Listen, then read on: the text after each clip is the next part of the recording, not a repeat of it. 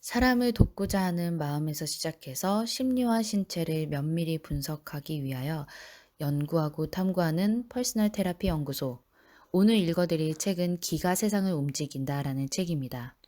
이 책은 방건웅 박사님이 지으신 건데, 방건웅 박사님은 기의학, 에너지의학을 오랫동안 연구하신 분으로서 한국에서 어떻게 적용되고 있는지를 굉장히 오랫동안 연구하신 분입니다. 오늘 읽어드릴 부분은 한의학의 기라는 부분입니다. 한번 들어보세요. 한의학의 기. 한의학의 핵심 개념은 기라고 할 수 있으며 사실상 한의학은 기의학이라고 하여도 과장이 아니다. 기야말로 한의학의 논리적 체계를 구성하고 전개하는 데 있어 핵심적인 요소이다. 도교에서 말하는 생명력으로서의 기와 여러 가지 면에서 유사한 점이 있으나 그와 다른 면도 있다. 한의학에서는 기를 어떻게 이해하고 있을까? 이를 알기 위해서는 현존하는 가장 오래된 의학서로 알려진 황제내경을 살펴보는 것이 순서일 것이다. 황제내경. 소문과 영추로 되어 있는 황제내경은 황제와 그의 궁정의 의사인 기백의 대화체로 적혀 있으며 기원전 4600년 전 황제가 쓴 것이라고 전하나 실제로는 2300년 전인 전국시대 BC 5세기, BC 3세기 초부터 주, 진, 한 대에 걸쳐 후한시기에 이르기까지 여러 사람들이 참석하면서 이루어진 것으로 추정되고 있다. 한의학계에서는 황제내경을 기라는 용어를 오늘날의 의미로 쓰고 있는 최초의 문헌으로 보고 있다. 실제로 황제내경에서 기에 대해 언급한 횟수가 무려 3029회나 되는 것으로 조사되고 있어 내경에서 기를 얼마나 중시하고 있는지 짐작할 수 있다. 한의학연구원에서 조사한 연구 결과에 따르면 내경에서 사용된 기의 개념은 어느 때나 있고 어디에나 있으며 끊임없이 운동하고 형상이 없지만 존재한다는 증거가 있는 물질로 요약될 수 있으며 천지의 기, 인체의 기, 약식의 기 등 세 가지 측면으로 분류된다. 약식의 기는 사실상 천지의 기가 몸의 기에 작용하는 특수한 형식에 불과하므로 기는 천지의 기와 인체의 기 두 가지로 나눌 수 있다. 그러나 본질적으로 천지자연을 이루는 기나 인체를 이루는 기나 구성요소라는 측면에서 보면 같은 것이라고 할 수 있을 것이다. 오히려 약식의 기는 인체에 작용하는 측면에서 본다면 천지의 기나 인체의 기와 달리 작용 측면에 중점을 둔 것이라 보아야 할 것이다. 이와 같은 분류는 체와 용의 관점에서 나누어 생각할 수도 있다. 실제로 이러한 구분은 기에 대한 이름을 짓는 방식에서 그 차이가 드러난다. 한의학연구원의 보고서에 따르면 기의 명명 방식에는 두 가지가 있는데 첫째는 부위에 따라 이름 짓는 것으로서 천기, 지기, 산천의 기, 각종 장부의 기, 형체의 기 등이 그것이다. 이것을 보면 천지자연의 기나 인체의 기나 같은 부류라고 할 수도 있음을 짐작할 수 있다. 다만 그 나타나는 양상이 다를 뿐이어서 산천이 되기도 하고 인체나 혹은 장부가 되기도 하는 것이다. 기가 모여서 장기 조직과 같은 형태를 이룬 것이 장, 부, 규, 정, 혈, 진액 등과 같은 것이다. 장은 오장을 가리키는 것으로서 폐, 심장, 간장, 신장, 비장을 말하며 부는 육부를 가리키는 것으로서 대장, 소장, 위, 담, 방광, 삼초를 말한다. 기를 이름 짓는 다른 하나의 방식은 성질이나 작용 효과를 중시하여 표현하는 것으로서 음기, 양기, 원기, 종기, 정기, 사기, 영기, 위기 등이 그것이다. 약식의 기는 치유라든가 기를 보한다든가 하는 생리기능과 작용의 측면에 중점을 두고 분류하기 때문에 후자에 해당한다고 보아야 할 것이다. 이와 같은 기의 구분은 나중에 다시 설명하려니와 기의 특성에는 양적 개념만이 있는 에너지와 달리 질의 개념이 포함되어 있으며 또한 형상을 이루고 유지하는 기능도 있다는 것으로 볼 수 있어 매우 중요한 내용이다. 이것은 결국 기는 에너지적인 것이로되 단순히 양적인 개념만이 있는 것이 아니라 형상과 질에 대한 기능 정보도 같이 실려있는 특수한 것임을 시사한다. 황제내경에서 사용하는 기의 개념을 위와 같은 분류와 연관지어 설명하는 이론으로서 역시 두 가지를 들 수 있다. 하나는 전자와 관련된 장부학설이고 다른 하나는 전기신론이다. 그러나 이 두 가지 설명에 해당하는 기가 각기 독립적으로 있는 것이 아니며 같이 상호작용한다. 말하자면 장부를 구성하는 기가 있고 이들 장부의 생리작용이 일어나게끔 하는 원동력으로서의 기가 있으며 장부들 간의 상호작용도 기를 매개로 하여 이루어진다. 앞서 설명한 것처럼 도교의 전기신과 한의학의 전기신은 다르다. 정우열은 각 장부들도 기가 응결하여 이루어진 것이며 여기에는 또한 나름대로의 전기신이 있고 그러면서도 인체 전체로서의 전기신이 있다고 하였다. 기의 개념에 대해 나름대로 상세한 내용이 실려있는 전기신론을 살펴보자. 기, 신을 한의학에서는 인체의 삼보라고 한다. 기를 이해하려면 기에 대한 내용뿐만 아니라 기, 신 간의 상관관계도 살펴보아야 한다. 내경에서는 사람이 생기는 처음에는 먼저 정이 이루어진다고 하였으며 생명이 생겨나는 근원을 정이라고 한다고도 하였다. 또한 정이 몸의 근본이라고도 하였다.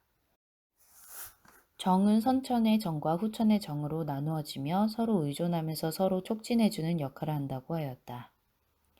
부모로부터 물려받은 선천의 정은 신에 저장되어 있으며 곡식으로부터 취하는 후천의 정에 의하여 부단히 보충받고 선천의 정은 후천의 정의 물질적 작용에 기초를 제공한다고 한다.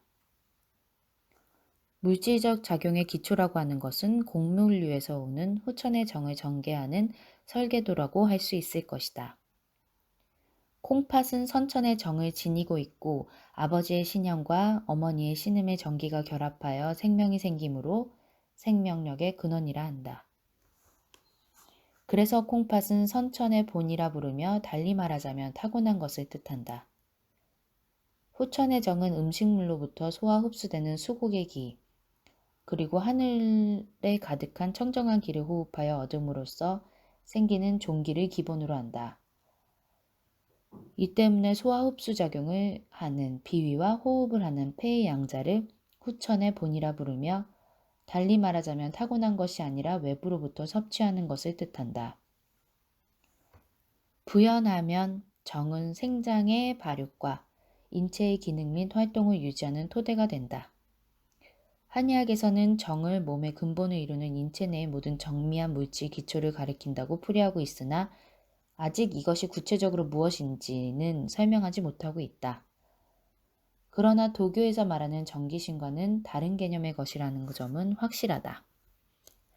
다만 다음에서 설명하듯이 정과 기는 상호 바뀔 수 있는 성질의 것이라고 함으로써 일부 연관성이 있음을 짐작할 수 있다. 내경에서 보면 사람의 일생은 성장하면서 정기가 점차 왕성해졌다가 늙으면서 쇠락해지는 과정이라고 하였다. 따라서 정과 기는 같이 움직이는 것으로 이해할 수 있으며 정은 소모된다고 하는 것으로 보아 물질적인 기초가 있는 것으로 추정할 수 있다. 정과 기가 없이는 생명 현상을 영위할 수 없고 물질적인 것과 비물질적인 것이 같이 존재하여야 생명 활동이 전개된다고 하였다. 기는 하늘에서 온다고 하였으므로 생명력으로서 뿐만 아니라 우주의 운행이 이루어지게 하는 에너지 개념으로도 사용하고 있음을 짐작할 수 있다. 기, 다음으로 기를 살펴보자. 내경에 보면 하늘은 사람에게 오기를 먹이고 땅은 오미를 먹인다는 말이 있다. 오미는 시고 쓰고 달고 맵고 짠맛으로서 갖가지 영양소를 말한다. 오기는 나무, 불, 흙, 쇠, 물의 기운으로서 각기 오미에 대응한다. 장동수는 5가지 기운의 특성을 나무의 기운은 부드럽고 따뜻하며 불의 기운은 폭발적으로 확산하는 열기이며 흙의 기운은 같은 물질 간에 끈적끈적하게 결합하는 기운이고 쇠의 기운은 순간적으로 긴장 또는 결정을 이루는 기운이며 물의 기운은 차고 미끄럽고 연한 기운이라고 설명한다. 따라서 미는 기의 또 다른 특성의 드러남이라고 해석할 수도 있다. 또한 내경의 다른 부분에서는 기혈의 순환이 천지자연의 운행에 영향을 받는다고 설명하고 있어 기와 자연현상과의 상호 연관성을 시사하고 있다. 즉, 기는 자연계 모두에 편재하며 사람도 예외가 아니기 때문에 기를 통하여 자연과 연결되어 있으며 따라서 자연계의 움직임과 변화, 천체의 운행에 영향을 주기도 하지만 그에 의해 영향을 받기도 한다. 또한 천지의 기운이 오르내리면서 자연계의 물질 운동과 변화가 일어나듯이 인체도 이와 같다고 보았다. 즉 오르내림과 나고 듦에는 기가 없을 수 없으니 기는 나고 화하는 집이며 기가 흩어지면 분산되어 나고 화하는 것이 멈춘다고 하였다. 이것은 기의 동적 특성을 나타내는 말로서 기를 정적인 것이 아니라 에너지적인 성질의 것으로 인식하고 있었음을 뜻하는 것이다. 따라서 한의학에서 기를 우주와 몸을 구성하는 기본적인 물질이면서 동시에 몸의 생명활동을 유지하는 데 필요한 기본 물질로 보는 이유도 여기에 있다. 즉, 생명활동 자체가 동적인 것이므로 기는 항상 움직이며 이러한 운동을 기기라고 하였다. 인체 내에서 기의 생리기능을 표현한 것으로 추진, 온후, 방어, 고섭, 영양, 기화 등이 있는데 이것들은 결국 기의 생리적인 작용을 묘사한 것이다. 기의 작용 측면이 아니라 성질이나 특성의 측면에서 구분하여 이론 붙인 것이 진기, 사기, 영기, 위기 등의 것이다. 내경에서 보면 내가 듣자니 기에는 진기와 정기와 사기가 있는데 무엇을 진기라 이르는가? 기백이 말하기를 진기란 하늘에서 받는 바 곡기와 더불어 아우러 몸에 충만한다. 정기는 정풍이라 한쪽을 쫓아서 오는 것은 실풍도 아니요 또 허풍도 아니다. 사기는 허풍의 것으로 사람을 상한다. 그 사람에 맞으면 깊어서 스스로 가지 못한다. 정풍은 그 사람에 맞아도 얕아서 승하여 스스로 간다. 그 기가 오는 것은 유약하여 능히 진기를 이기지 못하는 고로 스스로 물러간다고 한 구절이 있다. 이 내용을 보면 기의 구분은 어디까지나 의학적 접근이라는 측면에서 이루어지고 있음을 볼 수 있다. 또한 내경소문에서는 사람이 기를 곡물에서 받는다고 하였다. 곡물이 위로 들어가 폐로 전해지면서 오장육부가 모두 기를 받게 된다. 영은 맥 속에 있고 위는 맥 밖에 있으며 영은 돌아 쉬지 않는데 그 기에 맑은 것을 영이라 하고 그 기에 탁한 것을 위라고 한다 했다. 여기에서 삼일신고에서 말하는 기의 청탁과 유사한 개념을 볼 수 있다. 한의학에서 자주 쓰이는 용어에 기실과 기허가 있는데 이것은 실한기가 있고 허한기가 있다는 의미라기보다 기가 충실하게 차 있어 잘 운행되고 있거나 혹은 그렇지 않다는 것을 의미하는 것으로 이해해야 할 것이다. 전자기기에 비유한다면 전압과 전류가 충분히 높은 수준이어서 회로의 기능이 잘 작동하는 것이 기가 실한 것이고 그 반대가 기가 허한 것이라 할 수 있다. 또 그 반대로 회로를 구성하는 부품들을 정이라 볼 때 이들의 용량과 성능에 따라 에너지인 기에 흐르는 상태가 결정된다고 볼 수도 있다. 정과 기는 이렇게 상호작용하는 것이다. 따라서 인체가 기실하게 되려면 기가 충실하게 되는 것만으로는 부족하고 정의 측면에서도 보강이 되어야 한다. 이러한 풀이를 뒷받침하는 내용을 내경에서 찾아볼 수 있는데 소문, 음양, 응성대론에서 말하기를 정이 화하여 기가 된다 하였다. 그러므로 선천의 기는 화하여 정이로 되고 후천의 기는 정이 화하여 기가 된 것이므로 정과 기는 본래 스스로 호생하며 정과 기가 족하게 되면 신은 저절로 왕성해진다고 하여 정과 기는 같이 다니는 것임을 밝히고 있다. 내경에서는 기와 혈의 관계에 대해서도 설명하기를 기는 혈을 살리고 기가 움직이면 혈도 움직인다고 하였다. 비위에서 흡수한 음식물의 기를 혈이 위로 올려보내 폐동맥에 보내고 여기에서 대기와 결합하여 혈이 만들어진다. 이렇게 만들어진 혈은 또 기와 함께 흘러간다. 심장은 혈을 다루고 간은 혈을 축적하고 비장은 혈을 통과하는데 이들 작용이 가능한 것은 각 장부의 기가 각기 작용을 하고 있기 때문이다. 기는 혈을 만들고 제어하므로 기는 혈을 통수하며 또한 혈은 기의 어머니이기도 하다. 혈과 기는 상호작용하며 서로 떨어지지 않는다. 이와 같은 혈과 기의 관계에 대한 이야기는 한의학에서만 보이는 특별한 것이다. 신. 다음으로 신에 대해 살펴보자. 내경에서는 신을 잃으면 즉 실신하면 죽고 신을 얻으면 산다고 하였다. 이 구절을 보면 신이라고 하는 것이 따로 있는 듯이 보이지만 내용을 살펴보면 그렇지 않다. 정에는 부모로부터 물려받은 선천의 정과 곡물로부터 얻어지는 후천의 정이 있는데 이들을 서로 묶어 신이라 한다 하였다. 또한 이를 다른 말로 신은 물과 곡식의 정과 기라고 함으로써 신은 정에서 생겨나는 것임이 분명히 밝히고 있다. 정과 기가 어우러지면서 상호작용하여 드러나는 것이 신이다. 달리 말하여 신은 정과 기의 상호작용에 의해 일어나는 생명활동의 산물이다. 다만 이것을 신의 입장에서 보면 신이 정과 기의 생명활동을 주관하는 것처럼 인식될 수도 있는 것이다. 따라서 신을 잃었다 함은 곧 정과 기의 작용이 멈추었다고 하는 것과 같은 것이다. 이 때문에 마치 신이라는 것이 따로 있듯이 여기에 실신하면 죽는다고 하는 표현도 가능한 것이다. 신이 정과 기의 상호작용에 의한 결과적 산물이라는 개념은 장부론에서도 볼 수 있다. 내경에서 보면 마음은 군주로서 신의 밝음이 나오는 곳이라고 하였다. 다시 말하여 마음에 따라 신의 밝고 어두움이 결정되는데 밝으면 장수하고 어두우면 재앙이 온다고 하였다. 밝고 어둠을 결정하는 것은 마음이다. 인체의 장부가 모두 잘 작동하면 밝은 상태이며 신이 밝게 된다. 즉 신명한 상태가 된다. 이를 두고 한의학에서는 신명이란 전, 기, 혈, 진액 등 장부의 활동을 유지하는 기본 요소들을 거느리고 다스리는 어떤 작용을 말한다고 표현하기도 하나 이것은 전기의 결과물로서 나타나는 것이 신명인데 그 순서를 뒤바꾸어 신명이 전기를 주관하는 것처럼 표현하는 것으로 보아야 할 것이다. 즉 신명이라는 것은 상태를 나타내는 말이지 어떤 별도의 작용 기능을 말하는 것이 아니다. 이 때문에 오장의 생리적 활동이 밖으로 드러나는 것을 신으로 계괄하여 신기라고도 한다. 신을 기른다라는 표현도 종종 보이는데 이것도 역시 신이라는 것을 따로 두고 한 말이 아니라 위에서처럼 반대의 표현법을 사용하여 간략하게 나타나는 것으로 보아야 할 것이다. 내경에서 보면 마음을 맑게 가라앉혀 잡념이 없게 하며 뜻을 여유 있게 갖고 욕심을 적게 갖도록 하면서 욕망에 눈멀지 않도록 하고 음탕함에 마음이 흘리지 않도록 하는 것이 신을 기르는 것이라 하였다.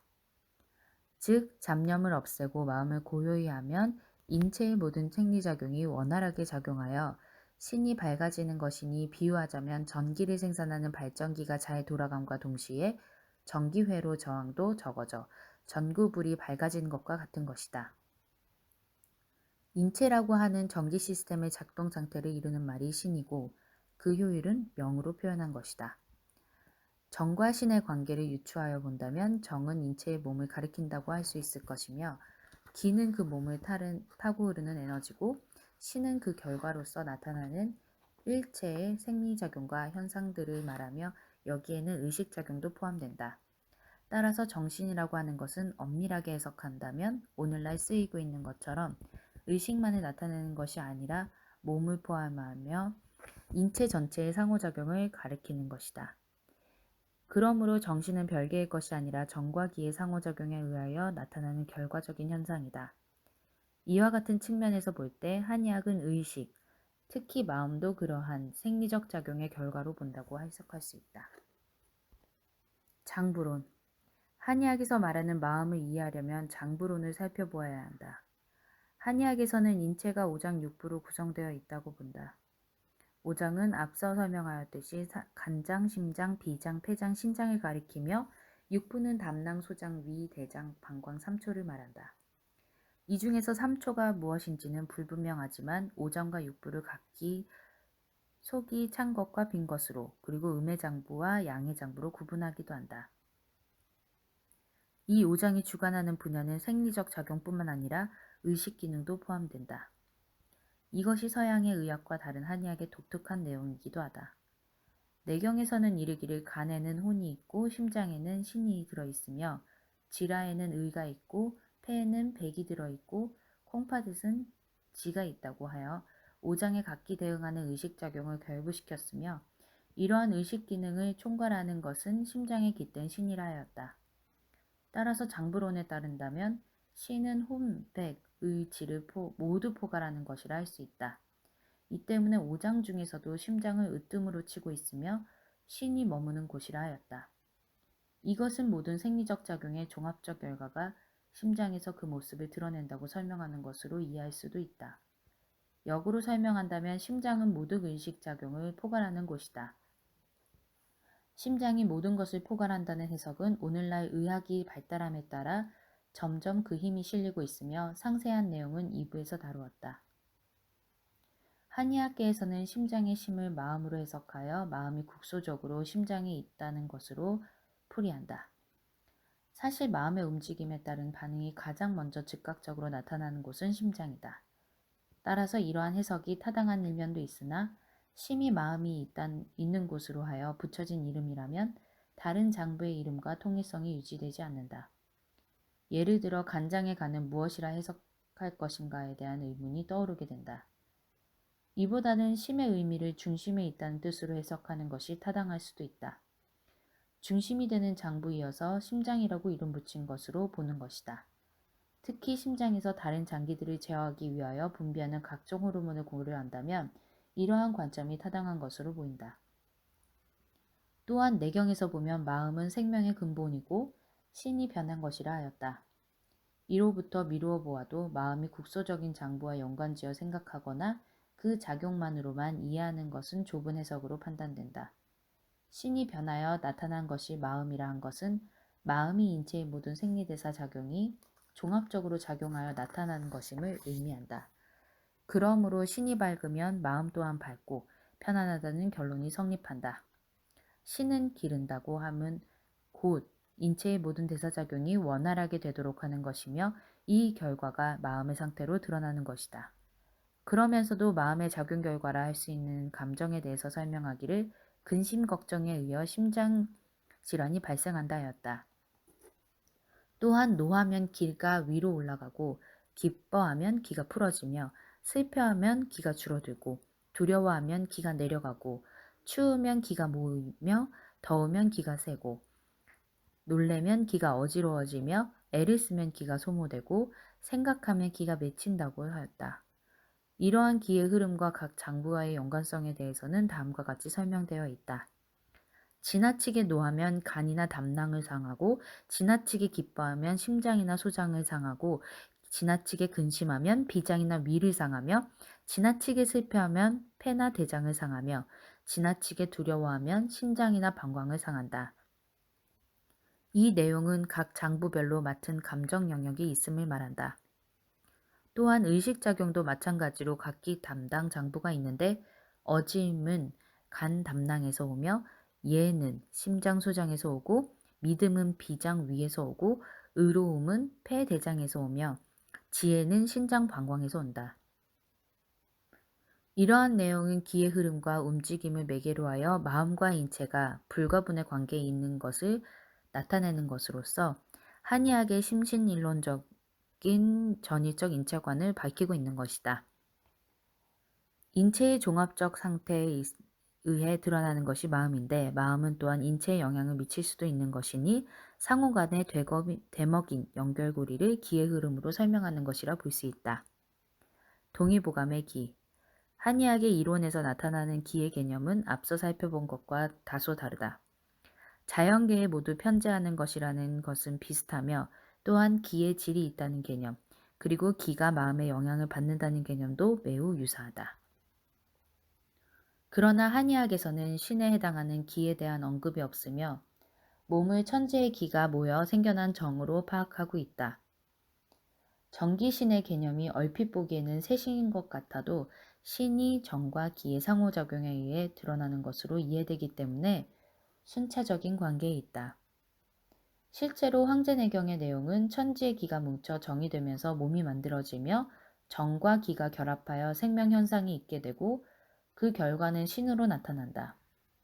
심은 신의 상태에 따라 나타나는 것으로서 인체의 상태를 종합적으로 드러내는 것이며 정, 기, 신은 서로 상호작용한다라고 정리할 수 있다.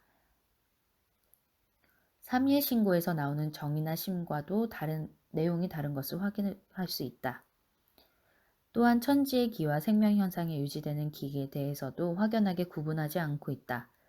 그러나 정기신의 관계는 삼일신고의 내용과 일부 유사한 면이 있는데 정을 몸을 뜻하는 것으로 보고 신은 마음과 연관이 있는 것으로 연결지어 생각한다면 역순으로 각기 삼망인 심, 기, 신에 해당한다고 볼 수도 있다. 그러나 한의학계에서는 황제내경이 정기신론이 절대적인 것이 아니다. 허준이 쓴 동의보감을 보면 정기신을 순차적으로 해석한 내경과는 달리 기에서 정과 신이 나온다고 하여 오히려 기를 일기 개념에서 가깝게 설명하고 있다. 동의보감의 기편에서는 허준의 기는 신의 조상이고 기의 자식이 정이라고 하면서 기는 정과 신의 뿌리가 된다고 하였다. 정과 신이 모두 기에서 나온다고 한 것으로 미루어 기는 몸과 마음을 이루는 근본으로 보고 있다 할 수 있으며 따라서 이것은 기일원론적 사상과 매우 흡사하다. 허준이 기는 정과 신의 근본이라 한 것에 대해서 정우열은 도교의 내단 사상에서 영향을 받은 것으로 보고 있다. 허준은 도교를 바탕으로 의학의 본의를 설명하려 하였으며 일반적인 의술은 오히려 종속적인 것으로 이해하였다. 동의보감 중에서도 내경편은 도교의 색채가 가장 짙다. 허준은 또한 사람이 음식물에서 기를 받는다고 하면서 곡기가 위로 들어가서 폐로 전달되고 이것은 오장육부가 받는다고 하였다. 의식물을 섭취하여 흡수하는 기를 폐가 주관한다고 보고 있는 것이다. 허준은 이 과정을 설명하기를 상초가 작용하여 오곡의 기를 고루 퍼져나가게 하며 살갗을 덮게 하고 몸을 충실히 하며 털을 윤기나게 하는 것이 마치 안개와 이슬을 축여주는 것과 같다고 하였다. 한의학계에서는 기를 정의하기를 인체의 생명활동을 영향하는 정미물질로서 인체 기능 및 활동과 운동을 가능하게 하는 원천이며 생명활동의 근본이라고 풀이한다.